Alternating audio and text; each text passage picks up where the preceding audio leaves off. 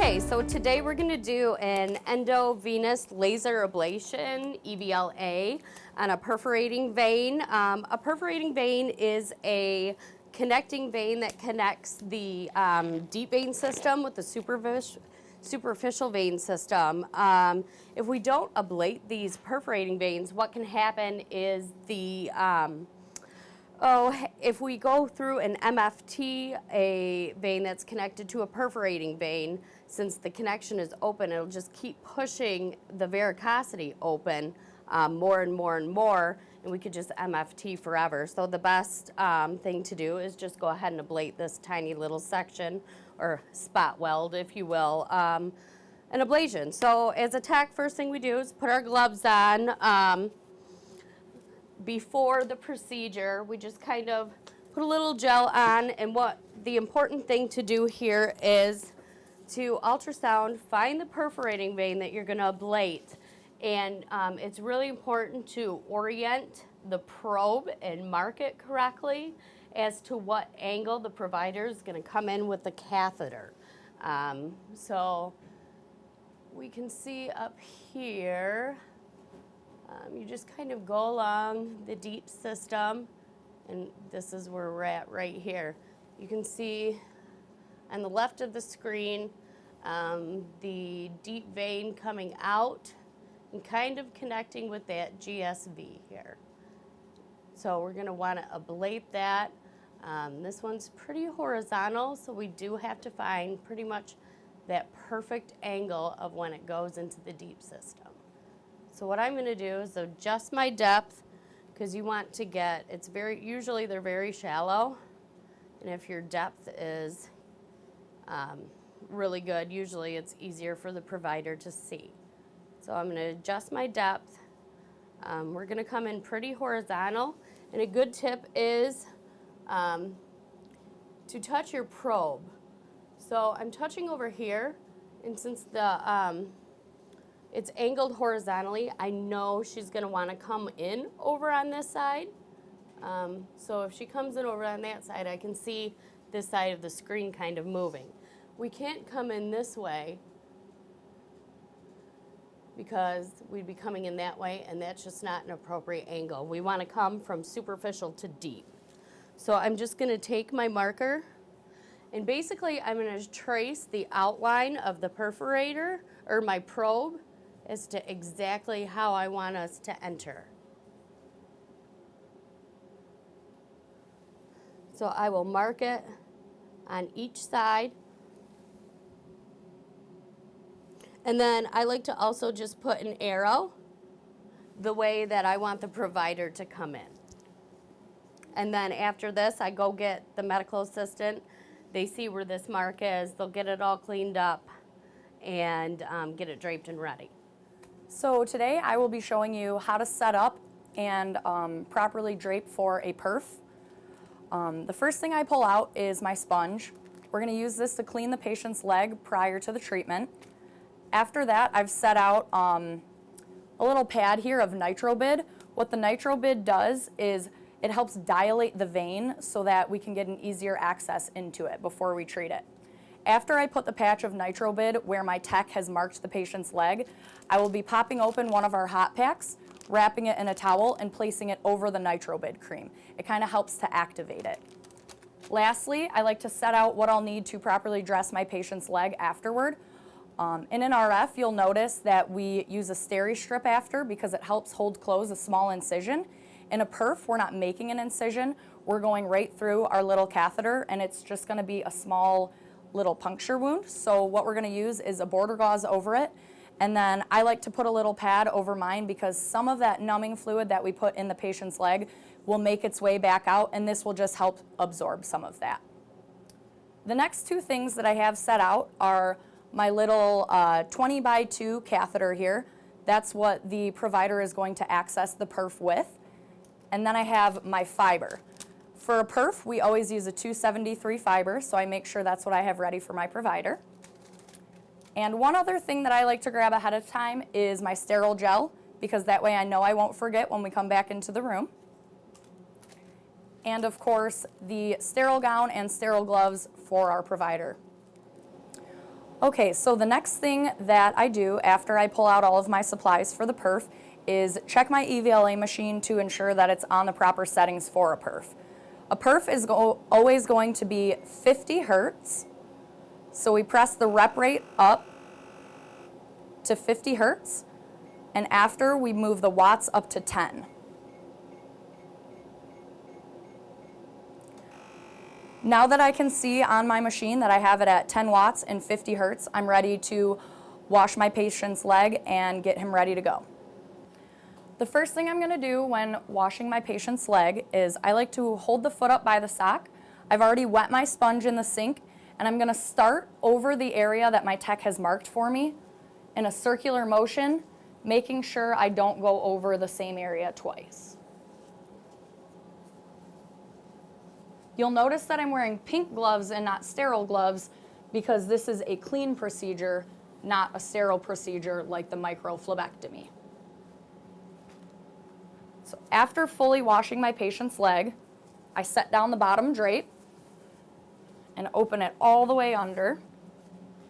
I have my patient hold his leg up for just a second while I open it as fast as I can.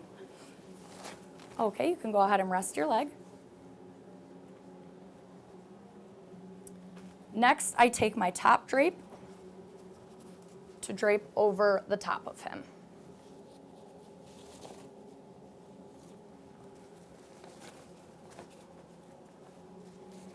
Go ahead and bend your knee out just a little bit for me. Now I take the top drape here and I tuck it a little bit into the pants so that it holds it back from the area we're going to be treating.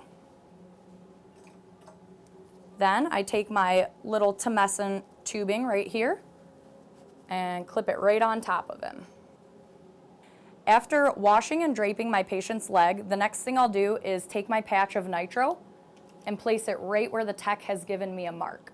The reason that I start by washing off where my tech marked and moving on to another area without overlapping that mark is to ensure that we're not decontaminating that area where we're going to be accessing the vein.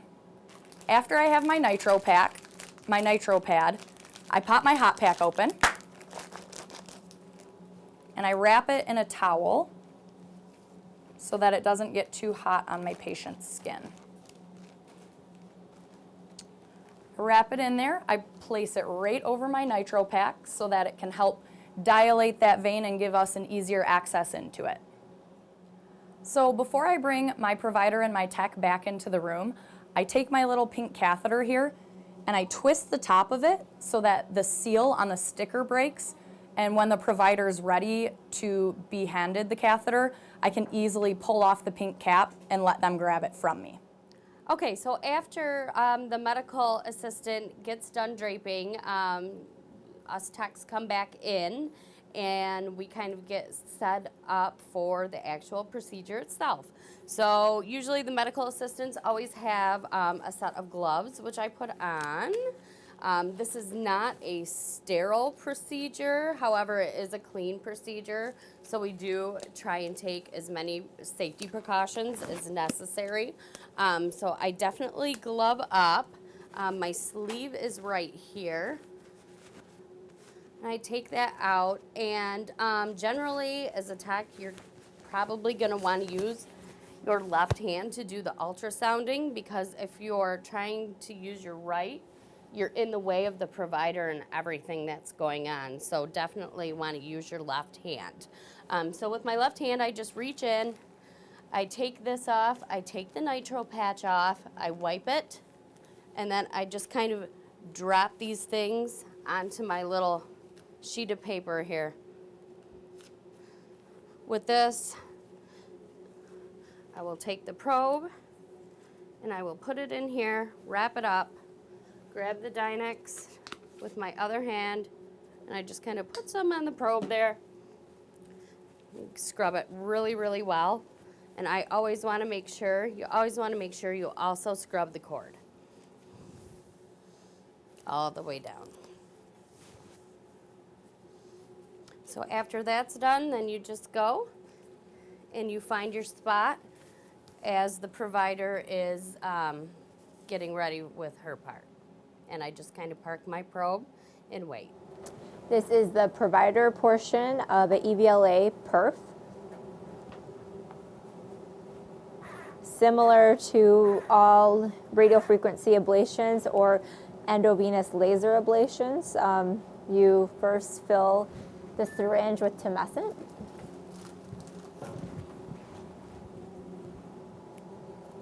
This is a much shorter procedure for the perforator vein than it is when you're doing a saphenous vein. You make a wheel lined up with the probe where Holly has lined herself up with. The angle is never the same on the perforator vein on any patient. So this angle, I am coming distally and going proximally, but Holly has lined her probe up that the screen is lined up to where my needle is going in.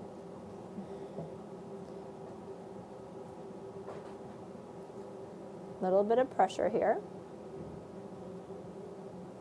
And you see my needle going through the perforator vein.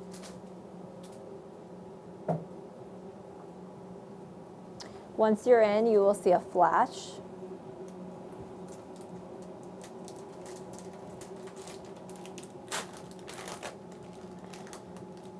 We are also above the fascial line on the screen of the deep system. So that is one thing you always want to be cognizant of when you are doing a perforator vein, is that you want the tip of the ablation, endovenous laser, to be above the fascial line on the screen. You pull this part out, leaving the hub in. I always put a gauze under so the patient doesn't feel any blood dripping on their leg. You then take the laser fiber. You give the end to the medical assistant. It is always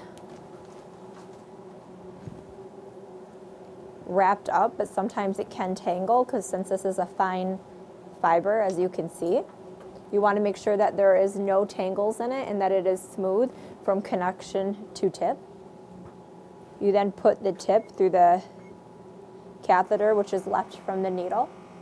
And as the tech, you can see usually a double line where your catheter is, and you can see the ablation wire coming through it, and they want to put it pretty much all the way to the end of the open area. So I'm just going back and forth with the tip of the wire here, so you can see the white protrude through the catheter now, and now I'm pulling back. So you can see the difference. Right there is the end of the catheter, the end of the two lines, and now I'm through. And since the tip of this heats up and the catheter that's left from the needle is plastic, you want to absolutely make sure that the wire is never within the catheter, or that will heat up the plastic in the patient's leg. So it has to be through the catheter. You then take the needle that you got access with, unscrew this part, hook it to your tumescent tubing. As she's tumescing, it's very important to try and stay on your catheter because your vein will start to disappear in your view. You put the tumescent needle in, and just like any other ablation that you're doing, you tumesce above and below. And you always want to keep one hand on the wire because it can easily pop out. So right now I'm going below.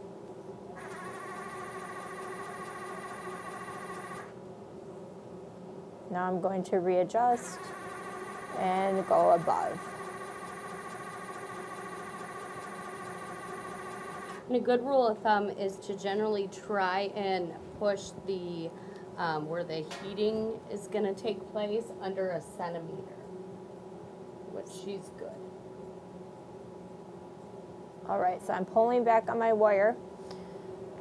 So now with pullback, you have the EVLA foot pedal. Inside, it literally has like a gas pedal on it that you push, and that will start the firing of the laser. So the tech pushes ready, aim on the EVLA machine. We know we're in place. We know that the tip of the wire is past the catheter, and we are ready to fire. So you'll hear that sound and you'll see smoke on the screen, and you pull back together. You never want to pull the tip of the wire, because you can see it lights up through the catheter, because once again that will burn the plastic. So I can show you, this is how you want to pull back, that the tip is through the plastic, you're pulling back together through the perf. And that is the EVLA perforator vein. Okay, so next what we want to do after we're all done is we need to get the data off of the EVLA machine. And if you're using a perf, you generally use a 273 fiber. So that's what we use today. What you do is you hit the data button. First, before you hit it, you have 10 watts and 50 hertz. So you would write that for watts and hertz right here. And then you hit data, and it would give you your total pulses, which is the next slot. And this is your total energy use, and it's measured in joules, so 60 joules. And then it's going to give you the time, so 6 seconds. And that 6 seconds is very important when calculating the length that you ablated. So we do a pullback speed generally of 1 millimeter per second.